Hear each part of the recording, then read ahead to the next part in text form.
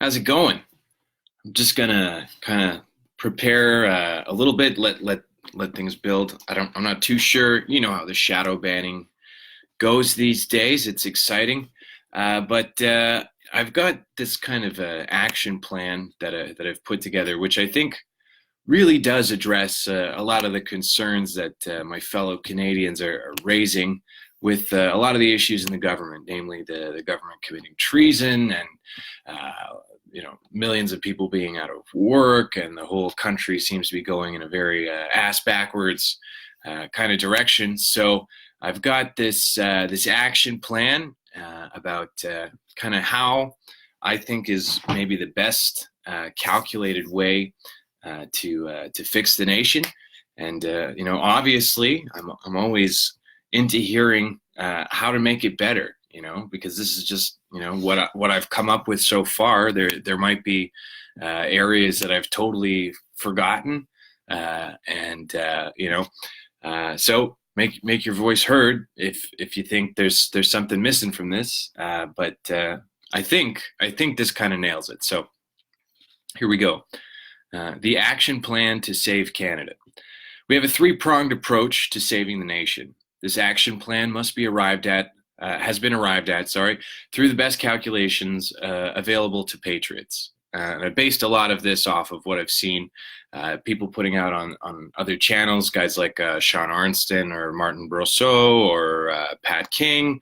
And I know two of those guys don't get along with each other, but that's okay. And Mark Frieson's another guy who's the point is there's a bunch of patriots that are out there, and we're all kind of sharing what we think is the best idea to fix stuff. And so I just kind of take what I'm seeing everybody talk about and kind of formulate this into what I think is a cohesive plan that's going to give us all what we want. What is required is legal reform, monetary reform, and a 5 to 10 year period of fascism to oversee the development of necessary infrastructure and the implementation of this action plan. Fascism is a misunderstood emergency political movement. Fascism is not arrived at through racial uniformity. And in Canada, we have a unique culture with a way of life that is distinct from the world. What is being asked of the reader or the viewer is approval and support for a limited scope of operations for this temporary fascist government that will step into power in the nation's time of need, with the clearly expressed goal to one day return our country to be governed by democracy and multiple political parties. At issue is the standing government's treason and nakedly tyrannical designs, which must be counteracted in order to preserve the rule of law. This action plan, if correct, will burn in the hearts of the Canadians who read it and hear it, and ignite the fires of patriotism in our minds with a flame that vigilantly burns for our nation. We believe that through teamwork and self-directed action, our best and brightest people will hear the call of their nation and make themselves available to serve it. So, legal reform, Section 1. Self-defense and the right to protect oneself, their family, and their property is a natural right. The standing government has committed treason, and in keeping with the principles of Article 61 of the Magna Carta, this fascist regime would derive its authoritas from the consent of the governed, as a means of protecting peace and order, and to reestablish good government and restore the living tree of the law. Point 2. Comprehending the gravitas of our complex history between settlers, Aboriginal peoples, and new immigrants, knowing that our country's legal fiction is a constitutional monarchy currently presided over by a foreign monarch, while accepting that the British monarch bears much of the legal responsibility for a history of genocide and widespread discrimination against the original peoples, it is proposed that a domestic monarch of First Nations descent, and I have his name here, but again, we keep that as a bit of a closely guarded secret for now, be coronated as the rightful king of Canada. Point 3. The British North America Act will be amended to include the change in monarch and renamed the Canada Act. the Charter of Rights and Freedoms will be included in the Canada Act, and the right for civilians to own and possess firearms shall be included in the Canada Act. Point 4. This is all for legal reform. Cameras shall be installed in all Canadian courtrooms and broadcast live over the internet. Only evidence depicting graphic deaths and pornographies will be shielded from public view. In no circumstances will there be bans on the publication of court proceedings. Point 5. The members of the Supreme Court of Canada are sustained as the keepers of the justice system and are to serve the general public as trusted overseers of the rule of law during this transitional period. Government and party members of this temporary fascist regime are not above the law and will be held to a higher standard of conduct than the general public. The court will inherit the new responsibility of conduct of all courts below it and have special authority to intervene where there has been legal misconduct. Legal misconduct will be included as an aspect of treason. Point 6. Canada shall have a death penalty, and it will be applicable for 2 crimes and 2 crimes alone: sexual assault of a minor under 14 and treason. Point 7. An elite force of former Canadian Forces members will form the force to police the police forces of Canada and will have jurisdiction over every single law enforcement agency in the country, mainly because we have a lot of corrupt cops and we need a means of policing them. Point 8.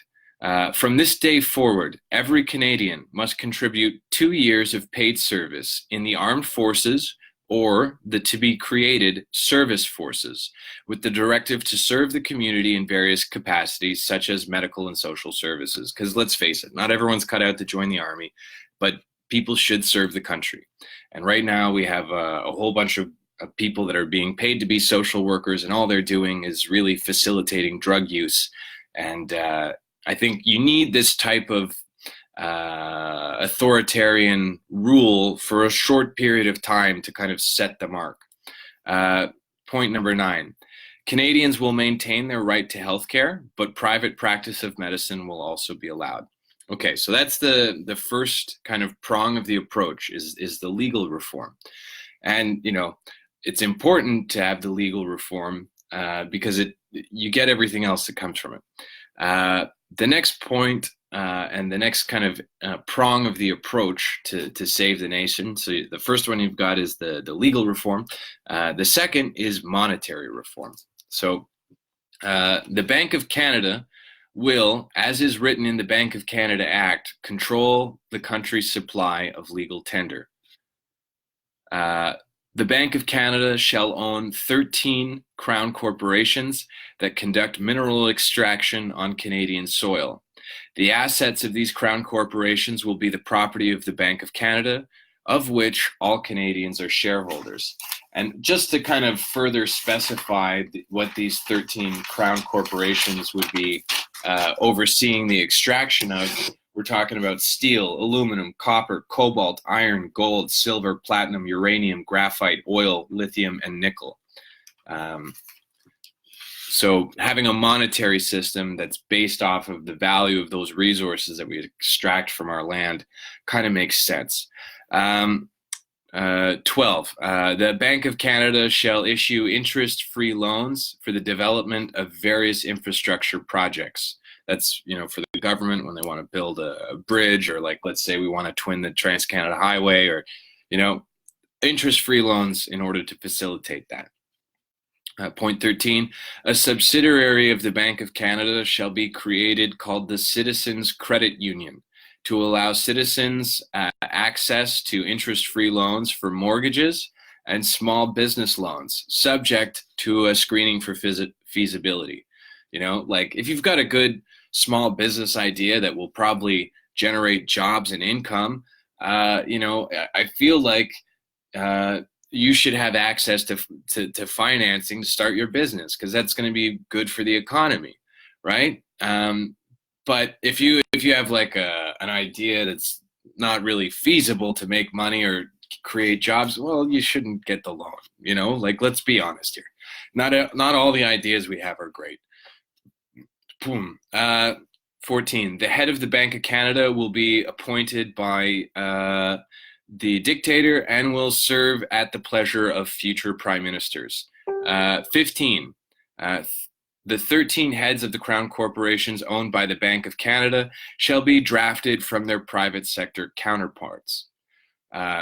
So, if we got people that know how to run the oil industry and know how to run steel extraction and know how to run copper mines and stuff like that, these are the people that we should have running these crown corporations that do the exact same thing. Okay, so that's the second prong of the approach, is the monetary reform.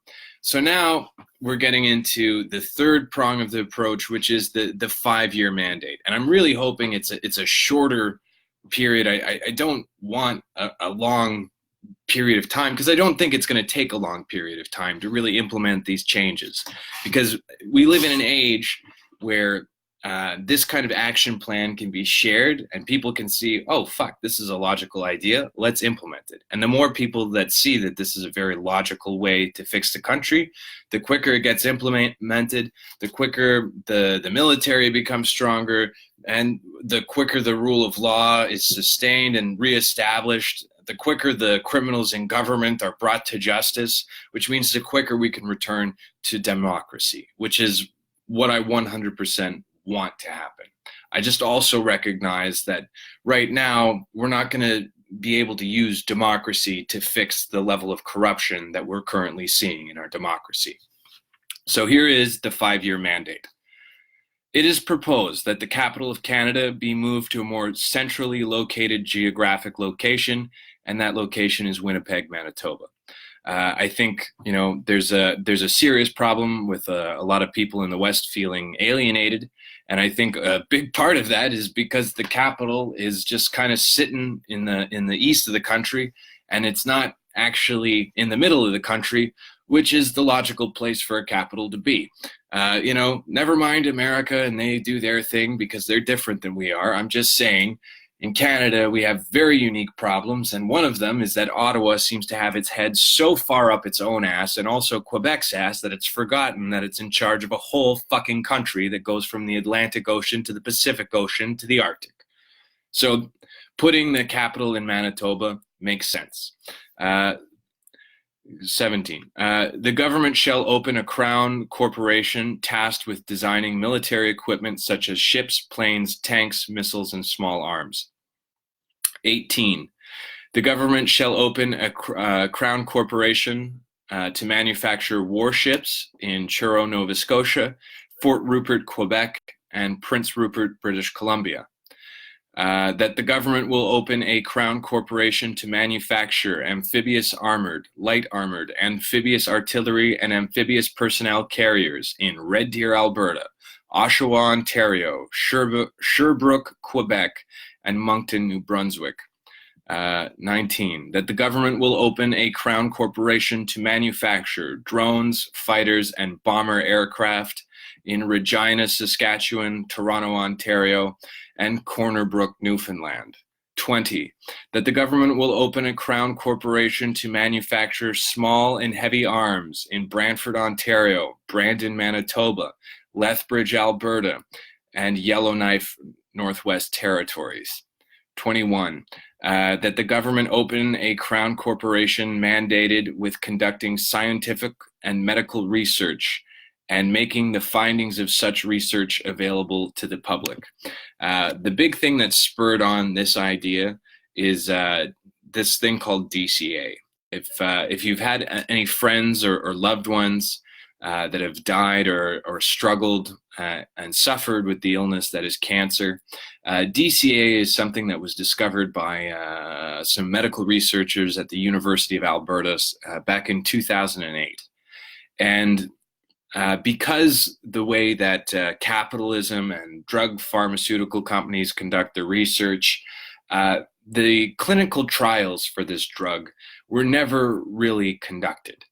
And this drug shows a lot of promise in cancer because what it does is it stimulates mitochondrial activity, which then in turn causes the cancer cell to go through the last stage of mitosis, apoptosis, and die.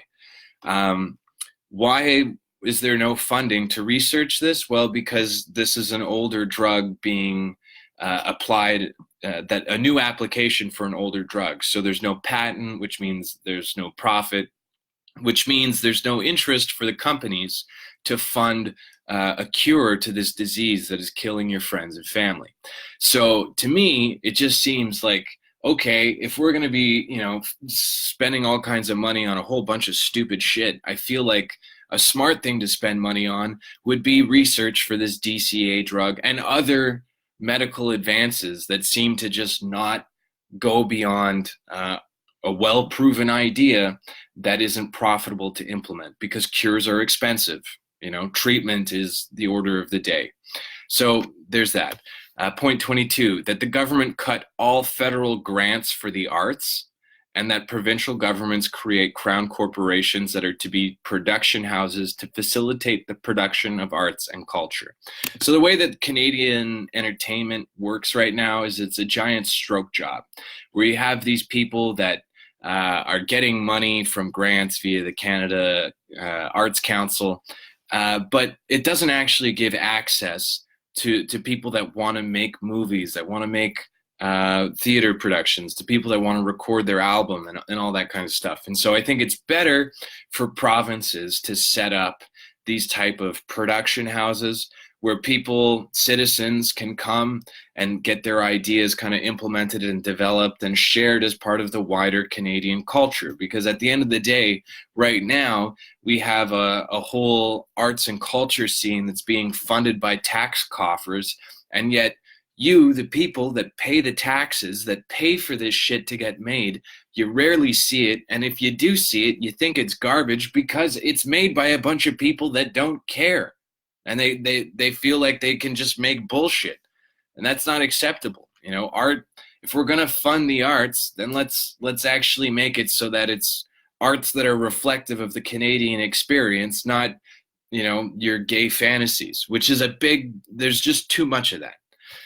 23, the Trans-Canada Highway shall be twinned from Sudbury to the Manitoba border to improve domestic trade. I don't know if you've ever had to drive through Northern Ontario, but it's crazy, because the minute that you get to the Manitoba border, you're actually on like a real highway, and the minute you cross over into Ontario, you've got this like 2 lanes of death. And it obviously does a lot to slow down transport and trucking trade between the West and the East. And so that's something that definitely has to get sorted out. 24, that the prison system be reformed to foster a more rehabilitative approach through a strong educational component, making access to probation contingent on participating with the educational curriculum. So right now, it's like you serve 2/3 of your sentence and you're out.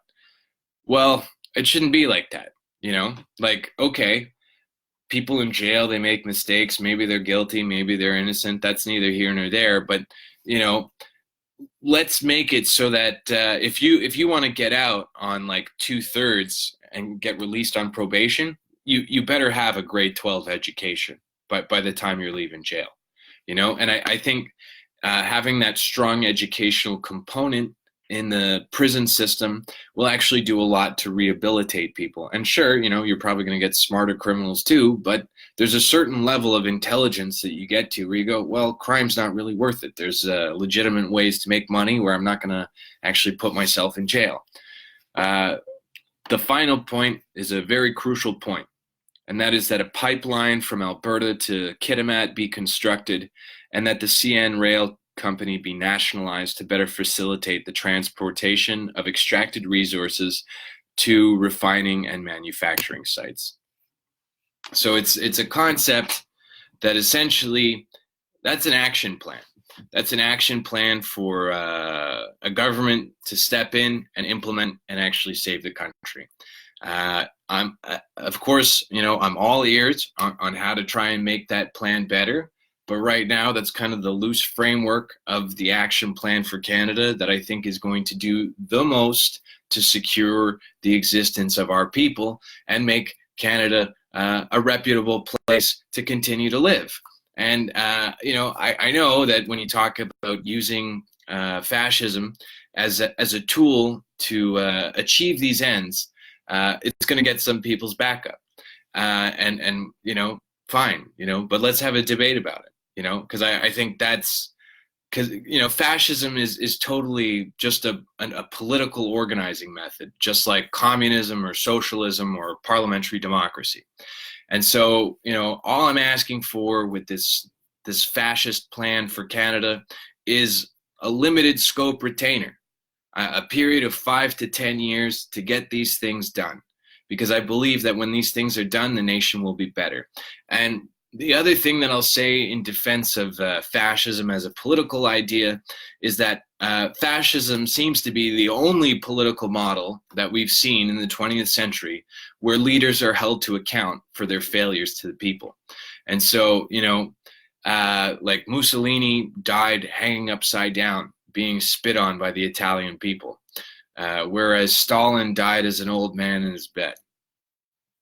Like one of these versions of governing is offering accountability for sure. And I commit that if this is the plan that Canadians decide to move forward with, I should be held accountable to make sure that I do what I say that I'm going to do.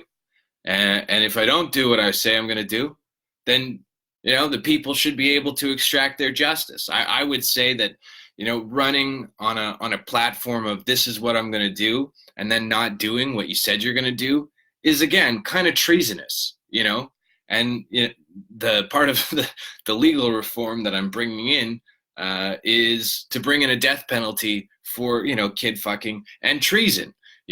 So I think basically we're stepping into a unique point in our history where I feel like if you're not comfortable with the idea of being executed for your failures, for your political failures as a leader, then you're probably not going to be able to do what the people need done. So those are my thoughts. Let me know what you think. If you got an idea on how to make things better, I'm all ears, as I said.